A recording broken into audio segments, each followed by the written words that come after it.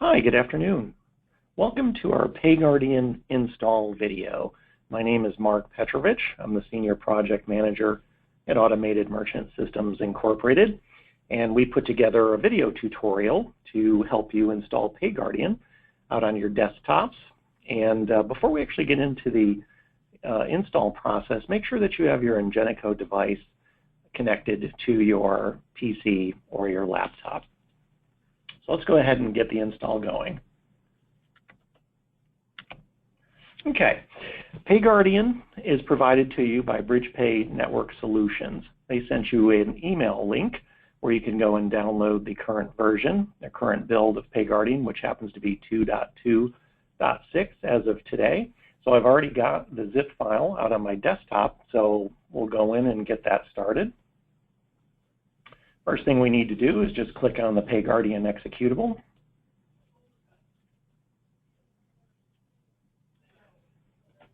We'll go ahead and click Next and accept the terms of the license agreement.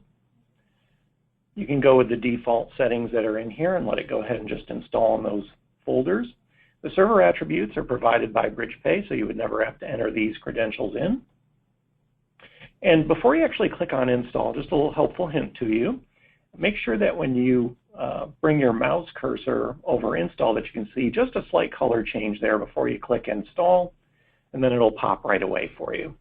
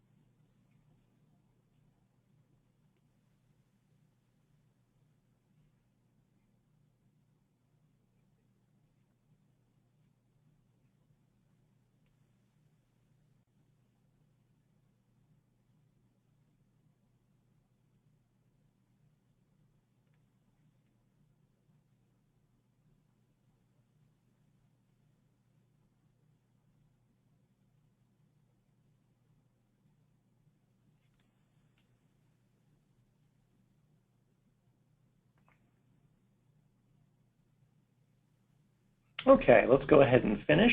You can see that the Start PayGuardian checkbox is already in play for you, so just go ahead and click Finish and let's launch PayGuardian.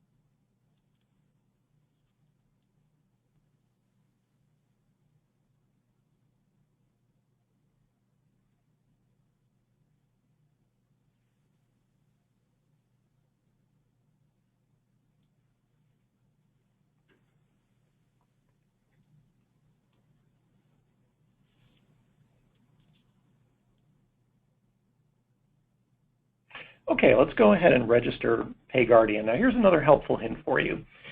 Before you start entering the registration key that was provided to you by BridgePay, when you come over to these fields, hover right around near the middle of it and then click so you can begin entering your information. And again, this information was provided by BridgePay for you as far as the registration key.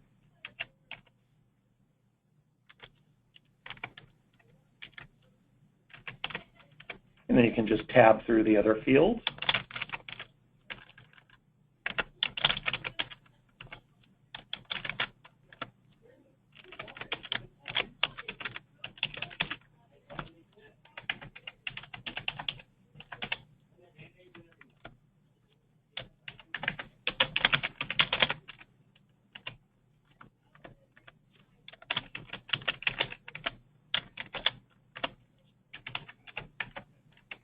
Okay, let's go ahead and click Activate.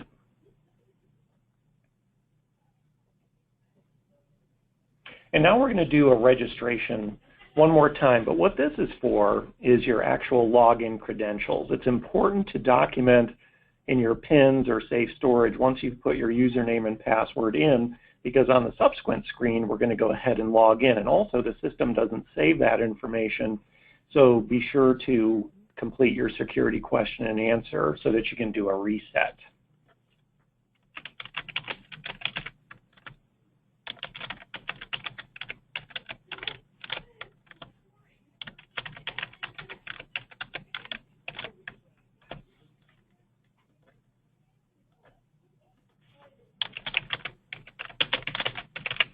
Okay, let's go ahead and register. Okay, and now we're on our next screen where we're actually going to log in. This will be using the password you just entered on the previous screen. Okay, and that brings us to this PayGuardian screen. So what we're going to do is just a couple of housekeeping items before we finish. The first thing we're going to do is we are going to click on the Payment Server tab.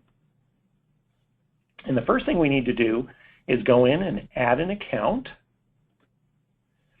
Now, this information was provided to you by BridgePay, the username and the password that you got in your email, so we'll go ahead and enter that in.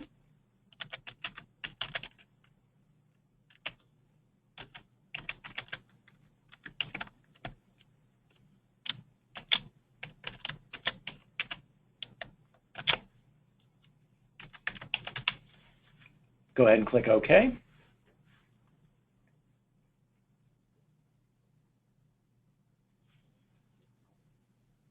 And that was successfully added. Okay, the next thing we're going to do is we're going to click on the Hardware tab. And the first thing we need to do is we need to check for drivers. So what we're going to do is we're going to select each of these drop-downs and see where our Ingenico device, for example, I'm utilizing an Ingenico IPP320 today, so I'm going to look in PinPad and see if that populates. And I see it there. Now, if I'm looking at manual card, I don't see my device there. Not in signature capture, but it's here under the card reader. So I'm going to hit that one right there. And we don't have anything under printer, and we don't have anything under the micro reader. Now, before we actually go and check for those drivers, let's remember to click Save. And now we're ready to go check for drivers. So let's click right here. Now you'll notice the system is letting me know there's one driver that I need to download. Prior to actually doing the video, I downloaded the necessary drivers for the IPP320, but I'm going to show you what it looks like just the same if you had not. So let's go ahead and click Yes. We want to do the download. Let's go ahead and open our zip file.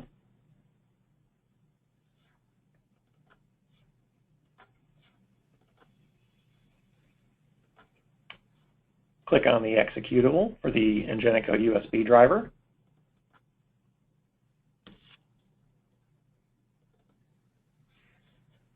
Go ahead and click Next.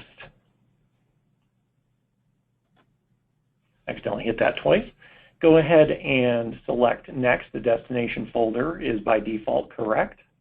Now, the one subtle difference is if you had not downloaded the drivers previously, as I have, you would need to enter the number 8 here and select by connection order and select the ForceCom port feature enabled before you click Next. So again, if you didn't have the drivers already installed, then you would need to enter that in that field. So let's go ahead and click Next. Now we're ready to go. And it's going to notate that I've already got them, but just to complete the process for you, I'm going to go ahead and say yes, uninstall, and then reinstall.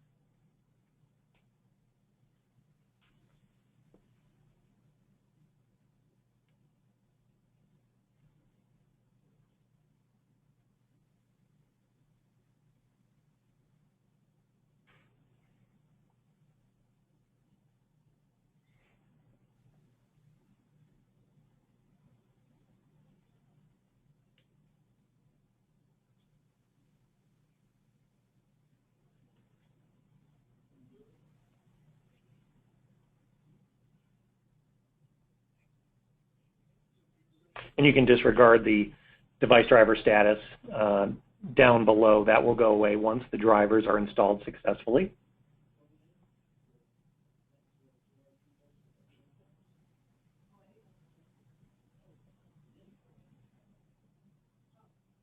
Okay, let's go ahead and select Finish. Let's close these zip files. Now we're almost done. We just have a couple of more things to do. You'll notice that you'll see an Advanced tab next to the pin pad and another one next to the card reader. So what we're going to do is we're going to click on Advanced, and you're going to change a couple of things. We're going to select the drop-down. We're going to change that to RS-232, and then we're going to select COM port 8. If you don't see COM 8 in your drop-down, then you'll come over to your device manager.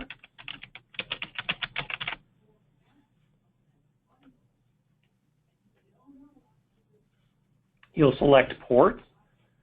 You'll come down to the Ingenico IPP320, highlight that, give it a right click, go into Properties, then you'll see Force COM port.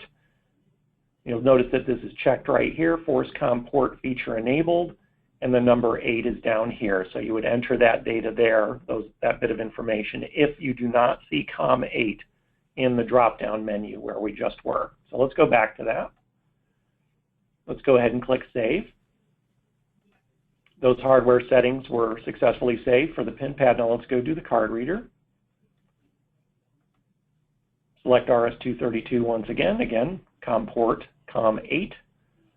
Go ahead and click Save. Now the last thing we need to do is we need to push some forms to our Ingenico device. So what you'll do is you can click on either of these advanced tabs. Now you may have other peripherals engaged. If that be the case, all you have to do is click one of these to propagate for the rest of them that remain in the list. You don't have to download forms for each one. If I just select the one at the top and I go Download Form, if you look over at your Ingenico device while you're doing it, you'll see a diagnostic that says Forms Pushing and Rebooting. And then we know the forms were downloaded successfully. So all you have to do at that point is just click OK. And that pretty much is the install, and you're ready to start processing, ready to do a test transaction just by going up to the virtual point of sale up here at the top. Go ahead and click on that, and then you can begin entering a test transaction prior to going live. And that's the PayGuardian install.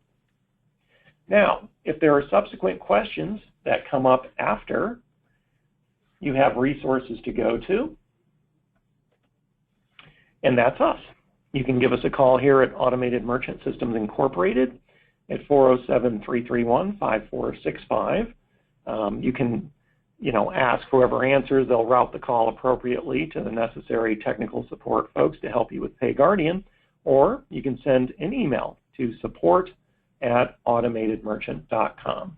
And there you have it. It's a pretty darn easy install for PayGuardian, and look for more videos from us in the future. Thank you.